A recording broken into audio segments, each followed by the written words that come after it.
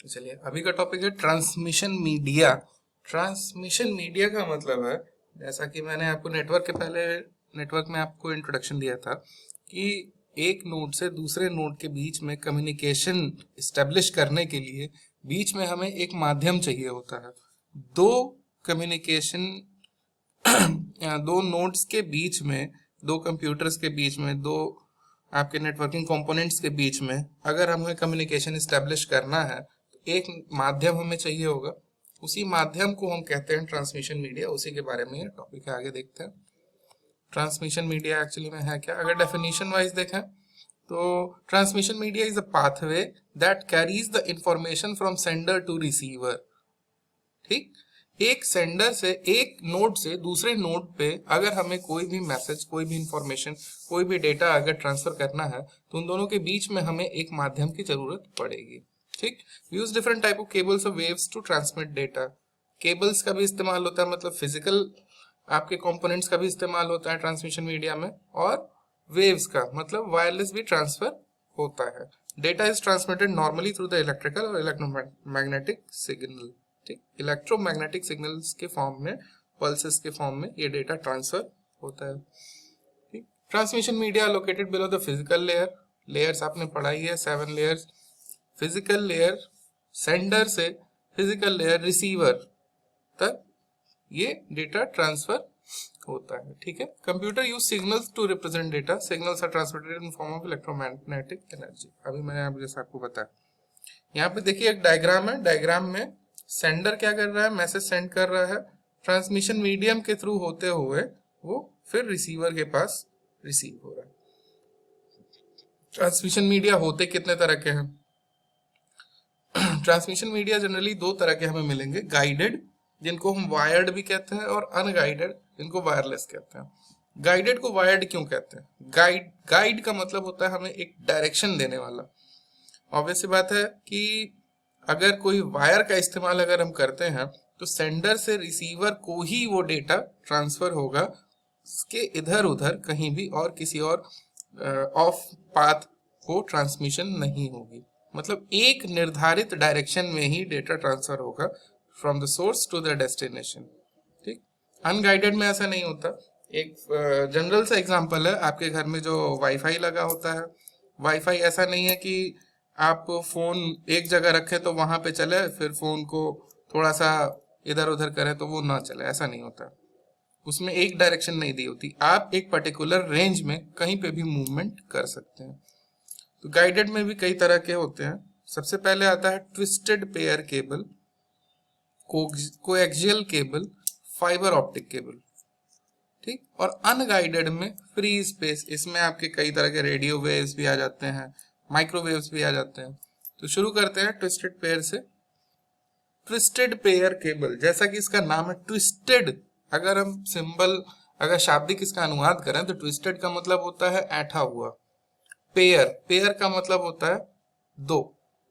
ठीक, cable normal तार। Twisted pair consist of 2 conductors. इसमें इलेक्ट्रोमैग्नेटिक पल्सेस को ट्रांसफर करने के लिए हमें इसके अंदर कंडक्टर्स का इस्तेमाल होता है, जैसा कि आप यहाँ पे देख सकते हैं नीचे डायग्राम में। अंदर ये जो आप हार्ड एक वायर देख रहे हैं, ये जनरली कॉपर होता है। ठीक, ये कंडक्टर होता है, मतलब ये आपका इलेक्ट्रिक चार्ज या इलेक्ट्रोमैग्नेटिक चार्ज को एक जगह से दूसरे जगह ट्रांसफर करने में हेल्प करता है। उसके ऊपर ये एक प्रोटेक्शन लेयर लगी हुई होती है, इंसुलेटर। इंसुलेटर कंडक्ट नहीं करता। ठीक, ये प्रोटेक्शन लेयर है। उसके कई रीजन है प्रोटेक्शन लेयर के। ये अगर ये ट्विस्ट होगा तो शॉर्ट नहीं होगा। ठीक, आपस में टच नहीं होगा, दूसरे बाहरी इन्वायरमेंट से भी प्रोटेक्टेड रहेगा। ठीक, बेसिकली कॉपर बेस, जैसा कि मैंने अभी आपको बताया, अंदर इसके कॉपर होता है with it own plastic insulation twisted together. Clear है? डिस्क्रिप्शन में चलते हैं इसके। प्रोटेक्शन अगेंस्ट क्रॉस टॉक और इंटरफेरेंस। क्रॉस टॉक मतलब किन्हीं दूसरे पेयर की सिग्नल किसी एक पेयर में ना आए। ठीक, इसके लिए इसकी इंसुलेशन काफी हेल्प करती है, प्रोटेक्ट करती है। Interference, noise. यहाँ पे नॉइज का मतलब क्या है? कोई भी बाहरी ऐसी चीजें जो कि नहीं आनी चाहिए इसमें। जैसे कि एक सिंपल एग्जांपल है कि कोई भी अगर हम मैग्नेट किसी स्पीकर के पास ले जाते हैं तो वहां पे एक अनचाही एक आवाज वहां पे और पैदा होने लगती है, तो वो सारी चीजें इसमें बच जाती हैं, इसमें नहीं होती। One wire use to carry signal to the receiver, signal से रिसीवर, सिग्नल को रिसीवर तक ले जाने के लिए एक वायर का इस्तेमाल होता है। Second wire used as ground reference, ठीक, दूसरा वायर उसी का ग्राउंड होता है, ठीक। For twisting after receiving the signal remains same, कितनी भी ट्विस्टिंग कर लीजिए सिग्नल वही रहेगा, वो चेंज नहीं होगा। Therefore number of twist per unit length determines the quality of cable, जितनी ज्यादा आप ट्विस्टिंग करेंगे उतनी अच्छी इसकी क्वालिटी, ठीक। एडवांटेजेस क्या है? सस्ता है, बहुत सस्ता होता है ये। इजी टू वर्क विद, काफी ज्यादा आसान होता है इसके साथ काम करना, आप आराम से इसे सिंपल से प्लायर से भी आप खोल के इसे जोड़ सकते हैं। डिसएडवांटेज क्या है? लो डेटा रेट, इसकी बैंडविड्थ कम होती है, ठीक। आप डेटा ट्रांसफर स्पीड अगर आप बहुत ज्यादा एक्सपेक्ट कर रहे हैं वो इसमें नहीं होगा। दूसरी डिसएडवांटेज क्या है? शॉर्ट रेंज, बहुत लंबी दूरी के लिए काम नहीं आता, ठीक। कहाँ कहाँ यूज होता है? वेरी कॉमन मीडियम, बहुत जगह आपको मिल जाएगा।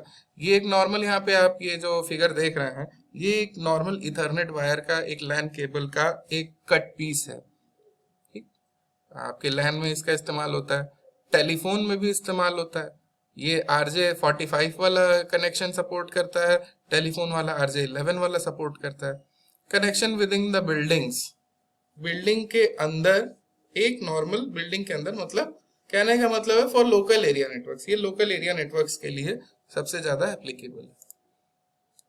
अब ट्विस्टेड पेयर में भी दो तरीके के होते हैं, एक होता है अनशील्डेड और एक होता है शील्डेड। बहुत सिंपल है, अनशील्डेड मतलब जिसमें प्रोटेक्शन नहीं होती, शील्डेड मतलब जिसके ऊपर एक इंसुलेशन, एक प्रोटेक्शन लगी हुई होती है। देख सकते हैं ये अनशील्डेड का, अनशील्डेड ट्विस्टेड पेयर का डिस्क्रिप्शन है। अनशील्डेड में क्या होता है? Pair of unshielded wires wound around each other, easiest to install. इसमें सिंपल दो वायर है, ऊपर इंसुलेशन है और ऊपर एक प्लास्टिक कवर है, दैट्स इट, इससे ज्यादा कुछ नहीं। नॉर्मल हम लोगों का इथरनेट वायर, ठीक। एप्लीकेशंस कहाँ है इसकी, मतलब कहाँ कहाँ यूज होता है? टेलीफोन, DSL लाइन, ठीक, लैन 10 से 100 Mbps तक। अब ये क्या है? टेलीफोन लाइन जो हमारी नॉर्मल एक पेयर वाला होता है, मतलब दो केबल जिसमें होती है, RJ11 जो सपोर्ट करता है वो उसको टेलीफोन लाइन बोलते हैं नॉर्मल। DSL लाइंस मतलब डिजिटल सब्सक्राइबर लाइन, ये हम लोगों का इंटरनेट कनेक्शन के लिए या लोकल एरिया नेटवर्क कनेक्शन के लिए भी 10 Mbps से 100 Mbps तक इसकी कैपेसिटी होती है, ये यूज किया जाता है। कितने तरीके, कैटेगरी कितनी होती है? देखिए स्पीड के अकॉर्डिंग इनको कैटेगरी में बांटा गया है। कैट का मतलब है कैटेगरी, ठीक, उसका शॉर्ट फॉर्म है cat 1, cat 2, cat 3, cat 4, cat 5, 5E, 6 और 7, ठीक। ये IEEE का स्टैंडर्ड है। इसमें क्या होता है? स्पीड के अकॉर्डिंग इसे कैटेगरी में डिस्क्राइब किया गया है। यहाँ पे कुछ डेटा रेट्स लिखे हुए हैं, मैं आपको ये टेबल की मैं PDF पे भेज दूंगा। कनेक्टर्स एंड टूल, कैसे इसको कनेक्शन करते हैं और क्या टूल इस्तेमाल होता है? मैंने पहले बताया था RJ45 stands for registered jack. Jack का मतलब ये होता है, जिस प्लग को कहते हैं जैक। इसमें 8 केबल लगाने के लिए जगह होती है, मतलब ओवरऑल 4 आपके पेयर होते हैं। ये इसका फीमेल कनेक्टर है, ये इसका मेल कनेक्टर है, ठीक। एक केबल को इससे जोड़ने के लिए हमें इस टूल की जरूरत पड़ती है, जिसको क्रिम्पिंग टूल या क्रिम्पर टूल बोलते हैं। ये प्लायर जैसा स्ट्रक्चर आपको दिख रहा है, इसके कई काम होते हैं, मैं अगली वीडियो में आपको बताऊंगा यूज करना इसको। यहाँ पे ब्लेड है, यहाँ पे RJ11 मतलब टेलीफोन वाले वायर को यहाँ पे कनेक्शन देने के लिए यहाँ पे यूज होता है। ये RJ45 मतलब ये वाला 8 केबल वाला यहाँ पे कनेक्शन, इसको प्लग को वायर में कनेक्ट करने के लिए इस्तेमाल होता है, ठीक। एडवांटेजेस क्या है? अफोर्डेबल, सस्ता है। कंपैटिबल, बहुत ज्यादा जगह ये कंपैटिबल है, यूज किया जा सकता है। मेजर नेटवर्किंग सिस्टम, नेटवर्किंग में सबसे ज्यादा इसका इस्तेमाल होता है। Suffers from external electromagnetic interference. हाँ, इसमें इलेक्ट्रोमैग्नेटिक इंटरफेरेंस होती है थोड़ी बहुत। फिर आते हैं शील्डेड में। शील्डेड में पहले मैं आपको डायग्राम पे बता दूं। यहाँ देखिए, ये कुछ आपको पिछले वाले अनशील्डेड ट्विस्टेड पेयर की तरह दिख रहा होगा। चेंज इतना है कि इसके ऊपर एक मेटल शील्ड भी है। ठीक, इसके केबल के और ये प्लास्टिक की जो आउटर कोटिंग है इसके बीच में मेटल शील्ड भी है। यहाँ पे देख लीजिए, इसका एक यहाँ पे फोटो रखी हुई है।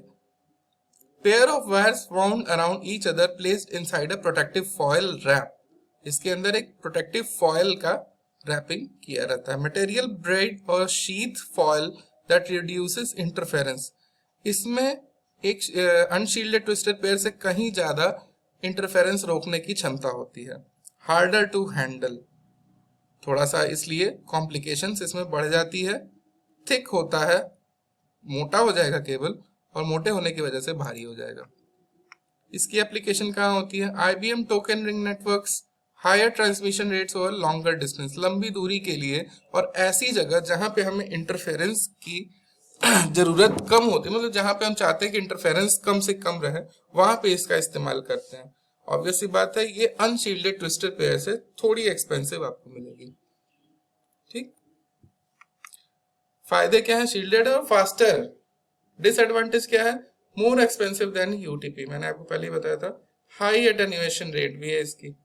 ठीक, अब आते हैं कोएक्सियल केबल। इस तरह की केबल आपके घरों में आपने डिश टीवी, टाटा स्काई या केबल नॉर्मल आपका जो केबल कनेक्शन है उसमें आपने देखा होगा, उसको कहते हैं कोएक्सियल केबल। होते तो इसमें एक ही पेयर है, कंडक्शन के एक ही पेयर होते हैं, मतलब दो ही वायर होते हैं, लेकिन उनकी जो रखने का जो आर्किटेक्चर है वो समझ लीजिए। इनर कंडक्टर, सबसे अंदर वाला सबसे हार्डेस्ट कॉपर मटेरियल होता है, उसके ऊपर एक इंसुलेटर लगा होता है। ठीक, उसके ऊपर एक और आपका ये जो आपने शील्डेड में देखा था एक फॉयल लगा होता है। ठीक, उस फॉयल के ऊपर फिर आपको वायर, आपको एक नेट की तरह, एक ब्रेडेड शील्ड की तरह एक जालीदार वायर आपको मिलता है। ठीक, और सबसे ऊपर वेदर प्रोटेक्शन के लिए एक आउटर जैकेट लगी हुई होती है। ठीक, inner conductor is a solid wire, outer conductor serves the shield against noise in second conductor. ठीक, नॉइज मतलब बाहरी जो इंटरफेरेंस है उससे, और इनर कंडक्टर से शॉर्ट होने में भी वो हेल्प करता है। कैटेगरीज क्या है इनकी? RG59, इसकी 75 ओम की इम्पीडेंस है। ये इम्पीडेंस क्या है मैं आपको बताऊंगा आगे, बेसिकली अभी जान लीजिए, एक तरह का रेजिस्टेंस। केबल टीवी में यूज होता है। RG58 इथरनेट में यूज होता है, थिन इथरनेट, और RG11 ये थिक इथरनेट में यूज होता है। ठीक, इसकी डिटेल आगे आपको बताऊंगा। RG stands for radio government rating. ठीक, अब इसके कनेक्टर्स कैसे कैसे होते हैं, जैसे इसमें RJ11 और RJ45 आपने देखा था, वैसे ही इसमें भी कनेक्टर होते हैं। एक होता है BNC कनेक्टर। BNC कनेक्टर आपका जनरली होता है is used at the end of the cable to a device, मतलब टीवीज में कनेक्ट करने के लिए हमें नॉर्मल BNC कनेक्टर, ये आपने देखा भी होगा आपके घरों में। BNC T connector used to Ethernet networks to branch out connection to computer or other device। BNC T connector होता है किसी भी इथरनेट नेटवर्क से कोई कंप्यूटर को कनेक्ट करने के लिए, जब आप एक कोएक्सियल केबल से इथरनेट यूज करते हैं। तो BNC टर्मिनेटर, ये आपके केबल के एंड में लगता है ताकि कोई रिफ्लेक्शन ना बचे। इस वीडियो में इतना है, मैं अगली वीडियो में इसको कंटिन्यू करता हूँ।